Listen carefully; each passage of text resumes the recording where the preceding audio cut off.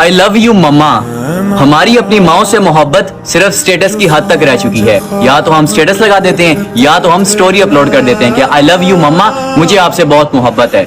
मुझे एक बात बताइएगा कि वो माँ जिसने हमें 9 महीने अपने पेट में रखा, वो माँ जिसने हमारे लिए हमारे बाप की गालियां सुनी, वो माँ जिसने हमारे लिए हमारे बाप से मारे खाई लेकिन फिर भी हमारे बाप को छोड़कर नहीं गई, क्यों?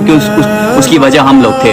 वो माँ जो हमें दुनिया में लेकर आई, वो माँ जिसने हमें बोलना सिखाया, वो माँ जिसने हमें चलना सिखाया, वो माँ जिसने हमें आज इतना काबिल किया कि हम लोग किसी के सामने बैठकर बात कर सकें। मतलब हमें क्या लगता है कि हमारी वो माँ सिर्फ आई लव यू के मोहताज है, हम बड़ा कोई एहसान उस पर चढ़ा देते हैं आई लव यू लिखकर।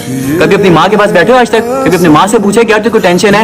या कभी अपनी माँ के पास बैठे उसकी टांगे दबाई हो? कभी अपनी जिंदगी में सिर्फ वक्त बता दो। मतलब स्टेटस लगाने से कुछ, भाई मेरे स्टेटस लगाने से कुछ भी नहीं होता, ठीक है? स्टेटस लगाने कौन सा आप उस पर एहसान चढ़ा रहे हो? वो आपके स्टेटस के लिए बैठी हुई यहाँ पर। कभी उसके पास बैठे हो, कभी उससे पूछा कि तुझको टेंशन है? कभी उसकी टांगे दबाई हैं? अपनी जिंदगी में थोड़ा टाइम अपनी माँ के लिए भी निकाल लिया करो। वो औरत है जिसने हमारे लिए अपनी जवानी बर्बाद कर दी है। वो औरत है जो हमारे लिए अपना पूरा घर छोड़कर आई थी हमारे बाप के साथ। तो आज तक तुम स्टेटस लगाते हो सिर्फ माँ के लिए, आई लव यू माँ, आई लव यू माँ, आई लव यू माँ। आई लव यू लिखने से कुछ भी नहीं होता, ठीक है? उसका एहसास करो। उससे पूछो कि माँ तुझे क्या टेंशन है? तेरे पास तेरा बेटा है, तेरे पास तेरी बेटी है, तो मुझे बता, मैं तेरा मसला हल करता हूँ। कभी बैठो माँ के पास, कभी पूछा कि माँ तेरे पास दवाइयों के पैसे हैं, तेरे पास खाने के पैसे हैं, तेरे पास कपड़े हैं, तेरे पास जूते हैं? कभी पूछे उस माँ से?